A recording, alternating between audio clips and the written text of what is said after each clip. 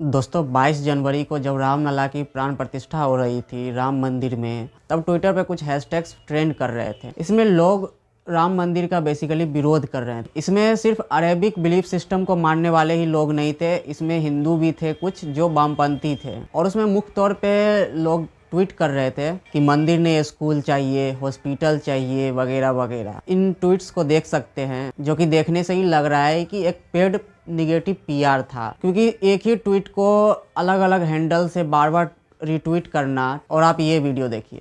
लेकिन इस तरह के यूथ की जो अंधविश्वास में आ चुका है, जो यूथ ये कह रहा है मंदिर तो बन के रहेगा, मंदिर तो वहीं बनेगा, वो ये नहीं कह रहा कि रोजगार कहाँ है, वो ये नहीं पूछ रहा शिक्षा कहाँ है, वो ये सवाल नहीं कर रहा कि करोड़ों रुपए जब उस मंदिर में लगे तो करोड़ों रुपए शिक्षा के लिए क्यों नहीं लगे, करोड़ों रुपए बाढ़ पीड़ितों के लिए। वो कभी नहीं कह सकते ये सारी चीजें, वो ये चीजें, क्योंकि उनके मुद्दे नहीं है। और अगर ये मुद्दे होते तो अभी तक बीजेपी के नेता जितने भी हैं, आपने देखा अभी तक जितने भी सारी चीजें बर्बाद कर दी हैं, सरकारी चीजें इस देश में सब खत्म हो चुकी। तो ये जो मूर्ख लोग जो इस तरह का नैरेटिव चलाते हैं, इनको ये नहीं लगता कि अब गोमूत्र उन्होंने क्यों नहीं पिया, इनको नहीं दिखता कि उन्होंने ताली थाली नहीं बजवाई, उन्होंने गोमूत्र नहीं पिया, उन्होंने पापड़ नहीं खाया। ये इनके भक्तों को, अंध भक्तों को समझना चाहिए कि अस्पताल जो है वो किसी बीमारी का सोल्यूशन है, शिक्षा जो है वो किसी बीमारी का सोल्यूशन है, अंधभक्ति नहीं है, अंधविश्वास सोल्यूशन नहीं है। देखिए, जो मैं समझाने वाला हूँ वो बहुत ही महत्वपूर्ण है। इसके लिए आपको पहले पूरा वीडियो देखना पड़ेगा। भले आप डिसलाइक कर दें, लेकिन कृपया करके आप पूरा वीडियो देखें। विकसित समाज में मंदिर भी जरूरी है, स्कूल भी जरूरी है, हॉस्पिटल भी जरूरी है और अलग अलग इंस्टीट्यूशन भी जरूरी है। तो बाकी चीज़ तो सबको समझ आ रहा है, लेकिन मंदिर क्यों जरूरी है, प्रश्न यह है। ये एक एग्जाम्पल आपको बताते हैं। अगर आप एक सॉफ्टवेयर इंजीनियर हैं तो आपकी सबसे पहली प्राथमिकता यह होनी चाहिए कि आपका लैपटॉप, आपका पीसी प्रॉपर वर्क करे, तभी आप उस पर कोडिंग कर पाएंगे। या आप एक वीडियो एडिटर हैं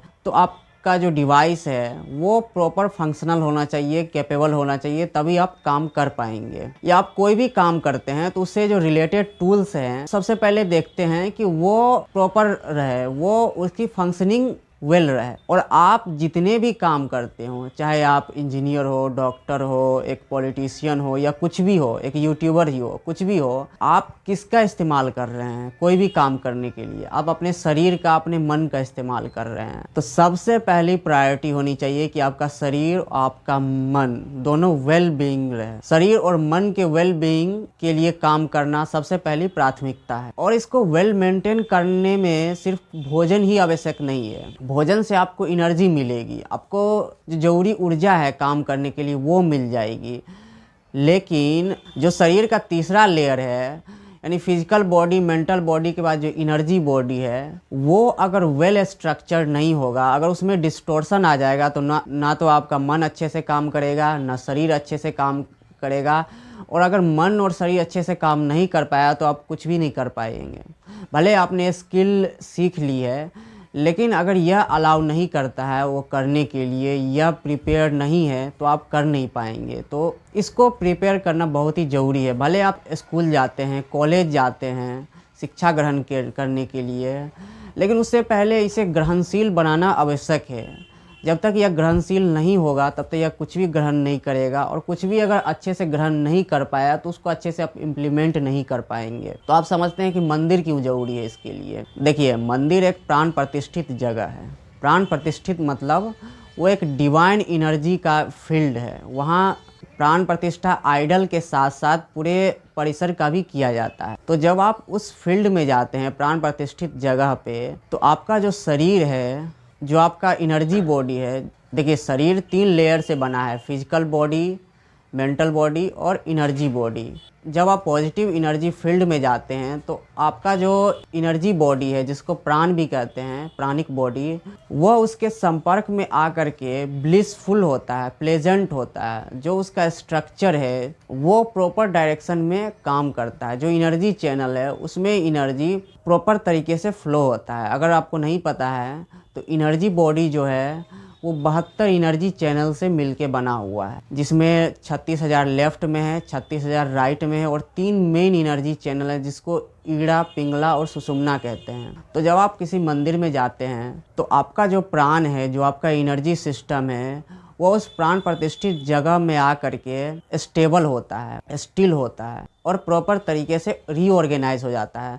और जब आपका एनर्जी बॉडी रीऑर्गेनाइज होता है प्रॉपर डायरेक्शन में, तब आपका शरीर भी अच्छे से काम करता है, आपका मन भी अच्छे से काम करता है। और जब आपका शरीर और मन दोनों प्रॉपर तरीके से काम करेगा, तभी आप कुछ पॉजिटिव क्रिएट कर पाएंगे। देखिए, आप जब एजुकेशन लेते हैं तो आपकी अपेक्षा होती है, और आपके सोसाइटी की, आपके पेरेंट की आपसे अपेक्षा होती है कि आप कुछ पॉजिटिव क्रिएट करें अपने लिए या अपने सोसाइटी के लिए या आसपास के लोगों के लिए, कुछ पॉजिटिव क्रिएट करें। लेकिन एजुकेशन लेने के बावजूद भी हर लोग ऐसा नहीं कर पाते हैं। या तो लोग कुछ नहीं कर पाते हैं या कुछ डिस्ट्रक्टिव ही हो जाते हैं। देखिए, मेन स्ट्रीम एजुकेशन लेने के बावजूद भी हर कोई कॉन्स्ट्रक्टिवली क्रिएट नहीं कर पाते हैं, सब कुछ एक कॉन्स्ट्रक्टिव वे में नहीं कर पाते हैं, या तो अपने लिए या अपने फैमिली के लिए या सोसाइटी के लिए। उनमें से कुछ लोग ही ऐसा होते हैं जो एजुकेशन का प्रॉपर इस्तेमाल करते हैं। मोर देन 90% लोग या तो कुछ भी नहीं कर पाते हैं या कुछ डिस्ट्रक्टिव ही करते हैं उस स्किल का इस्तेमाल करके। जैसे आपने कुछ पहले न्यूज़ सुना होगा कि कुछ लोग जो अरेबिक बिलीफ सिस्टम में बिलीव करते थे, वो इंजीनियर थे, और इंजीनियरिंग के स्किल का इस्तेमाल करके वो कुकर बम बनाने लगे, वो पेट्रोल बम बनाने लगे।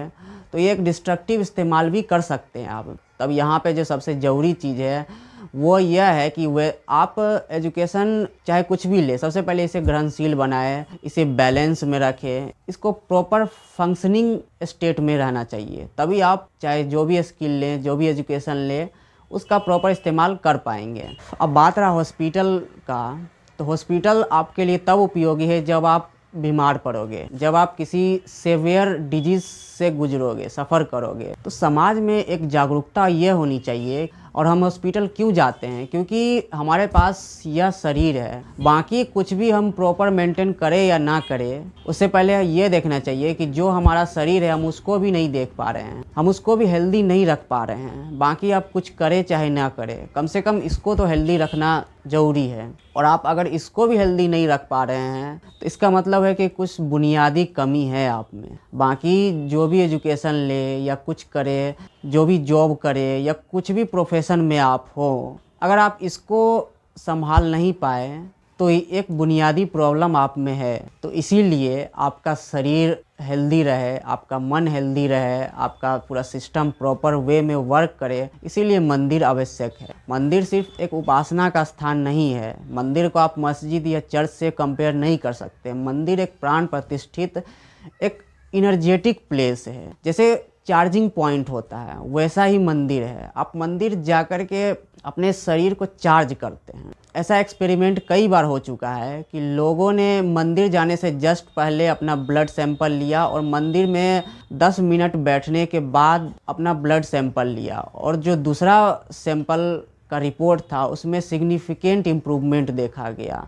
तो ऐसा क्यों हुआ? क्योंकि वहाँ जाने के बाद आपका पूरा सिस्टम स्टेबलाइज होता है, पूरा सिस्टम एक प्रॉपर वे में रीऑर्गेनाइज होता है। जब से आपका सिस्टम प्रॉपर वे में रीऑर्गेनाइज होगा तो आपका ब्लड प्रेशर कंट्रोल रहेगा, आपका शुगर कंट्रोल रहेगा, आपका ब्रीदिंग पैटर्न प्रॉपर होगा। इसीलिए आप देखे होंगे जो लोग योगा करते हैं, जो प्राणायाम या मेडिटेशन करते हैं, अगर वो लोग मंदिर जाते हैं तो वो वहाँ का जो वाइब्रेंट एनर्जी होता है उसको क्लियरली महसूस करते हैं वो लोग। तो इसीलिए ये कहना कि मंदिर ज़रूरी नहीं है, स्कूल ज़रूरी है या हॉस्पिटल ज़रूरी है या दूसरा सड़क ज़रूरी है, ये गलत बात है। सब कुछ ज़रूरी है, मंदिर भी ज़रूरी है, सड़क भी ज़रूरी है, हॉस्पिटल भी ज़रूरी है, स्कूल भी ज़रूरी है। सब कुछ का अपना एक स्थान है, सब कुछ का इम्पोर्टेंस है लाइफ में। लाइफ कलरफुल होना चाहिए, लाइफ एक डायरेक्शन में नहीं जाना चाहिए, लाइफ में सब कुछ इंक्लूसिव होना चाहिए, तभी जीवन का आनंद आप ले सकते हैं। अब प्रॉब्लम यह है कि जो लोग ऐसी बातें करते हैं कि मंदिर नहीं रोज़गार चाहिए, भाई आप एक बात बताओ कि आप रोज़गार आपको मिल गया, मान लीजिए आपको जॉब मिल गया, लेकिन आपका चरित्र अच्छा नहीं है, आपका व्यवहार अच्छा नहीं है, आपका शरीर प्रॉपर ढंग से नहीं है, तो आप क्या कर लोगे जॉब करके भी? ना तो आप समाज के लिए कुछ कर पाओगे, ना अपने लिए कुछ कर पाओगे।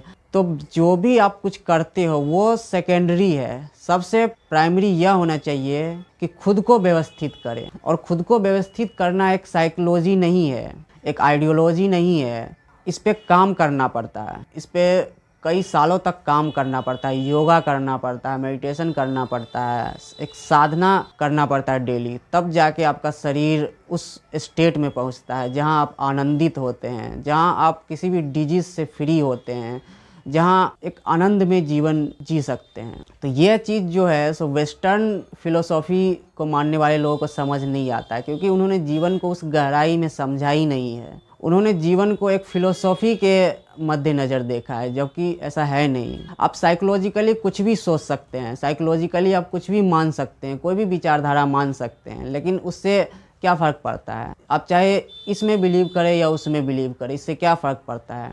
लेकिन जीवन को आप ऐसे नहीं समझ सकते हैं। जीवन को केवल आप उसकी गहराई में डिजॉल्व होकर ही समझ सकते हैं। अगर जीवन समुद्र है तो उसको समझने के लिए आपको उसका नमक बनना पड़ेगा, आपको उसमें डिजॉल्व होना पड़ेगा।